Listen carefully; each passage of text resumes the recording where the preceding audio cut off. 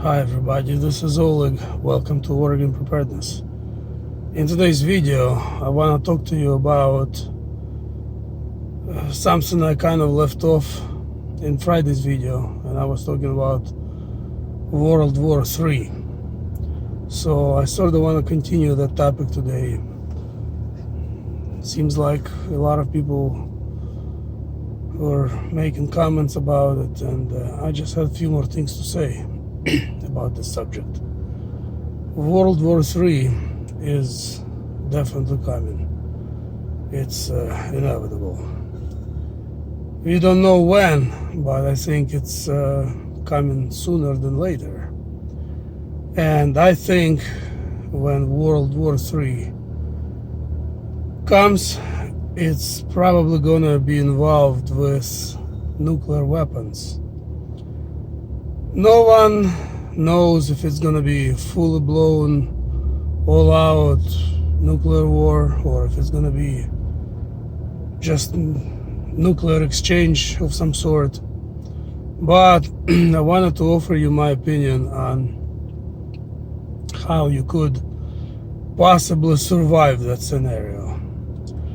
Obviously, if you have full, all-out, fully blown nuclear war where nukes are flying everywhere, if they're sort of carpet bombing with nuclear warheads everything, and when I say carpet bombing, obviously they're not going to drop a nuke every few miles, but like to hit every major city everywhere pretty much, then we really have no place to run, no place to go, because everything will be so full of radiation.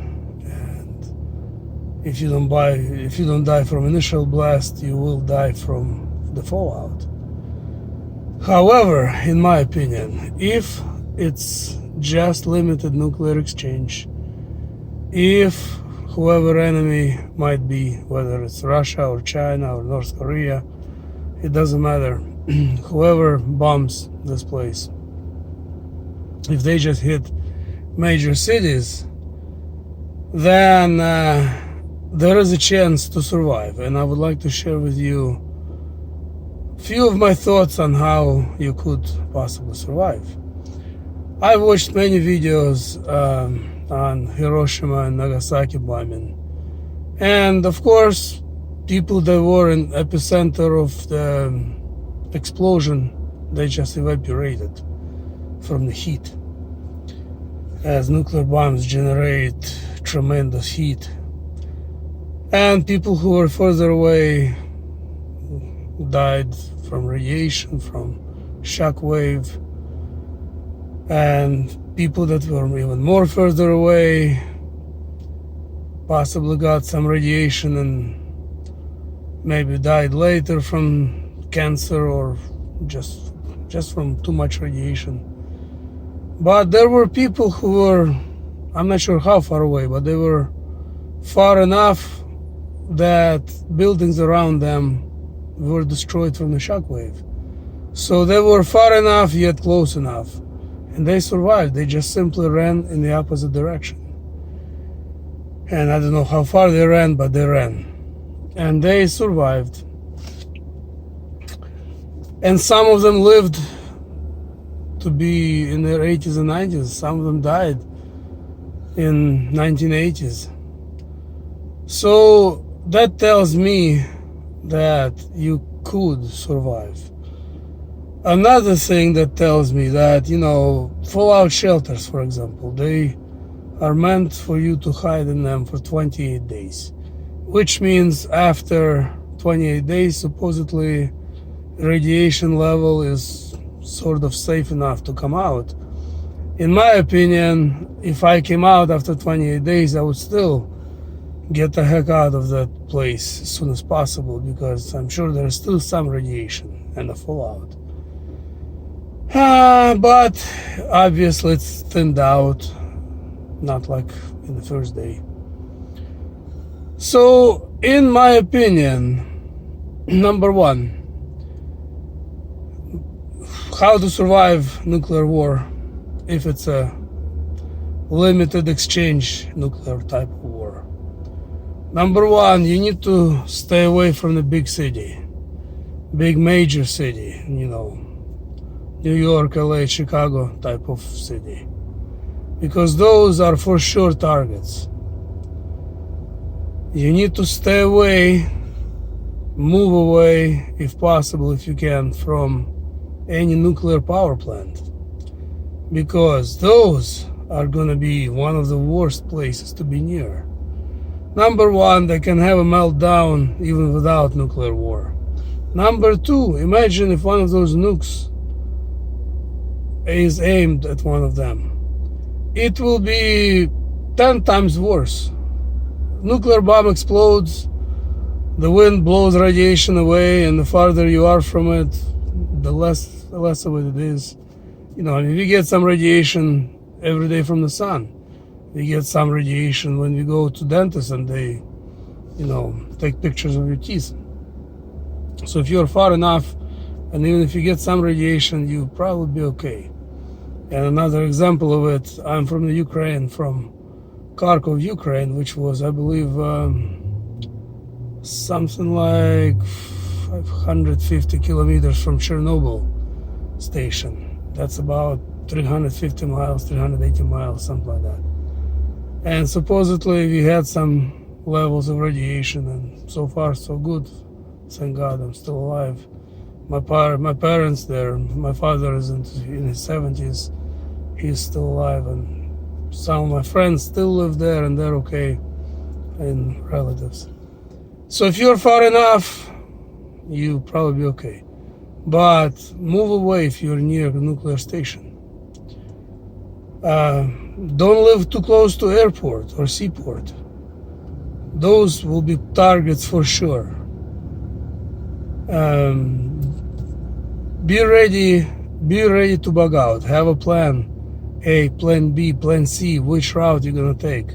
If you are forced to live in a big city, move to the outskirts of it and be ready to just get in your car, or even better on a motorcycle, and go in the opposite direction from the blast. Because I think if you live 10-15 miles away from downtown, at least same distance away, the more the better, but at least that much away from the seaport or airport or nuclear power plant, in my opinion, you have a chance to survive. Of course, if everything works out. If you don't get into a roadblock, and even then don't stop, get out, walk or run, and both. So in my opinion, there is chance to survive it. Of course, there will be people who just die in a blast. And of course, there will be people who will be too close and who will survive for a few days and die. But as preppers, we need to get ready for anything. And the more prepared you are, the more chances there is you're gonna survive. Nothing is guaranteed, of course. So that's my take on surviving nuclear war. As long as it's not all-out, full-blown nuclear war. In that case, no one will survive. But in my personal opinion, I don't think it will be all-out, full-blast nuclear war. I don't think so. Simply because powers that be, they also live in this world. They also breathe this air. Yes, they have bunkers, they have supplies, and most of them, if not all of them, are well prepared, much better than most people. However, with all their gizmos and all their purification systems in their bunkers, they're not gonna want to sit there for the rest of their lives. They're gonna want to come out and enjoy the sunlight and enjoy the beach, the regular life. So they I don't think they would want to completely destroy this world. And of course, in reality, you never know. If too many people push too many buttons, anything's possible. Anyway, I'm gonna conclude this video on this note that still prepare for it, in my opinion. Prepare for anything. You know, like we prepare for fires, hurricanes, earthquakes, prepare for nuclear war. You know, have your stuff ready, that your essential stuff, essential food and water, staged in your garage, staged in a closet by the exit in your apartment, that you will just have minutes to throw everything in the car and just drive before the roads get blocked with people trying to do the same thing. Best of all, to live, if you live in a near big city, live on the very, very outskirts of it, or even better, in a small town near it. That's the safest bet, in my opinion. Okay, I wish everybody a good day. God bless. Stay prepared. If you find this video useful, please give it a thumbs up and share this video. Don't forget to subscribe, please. Hit the button and hit that notification bell in the corner. And I will see you in the next upload. Thanks for watching. Bye-bye.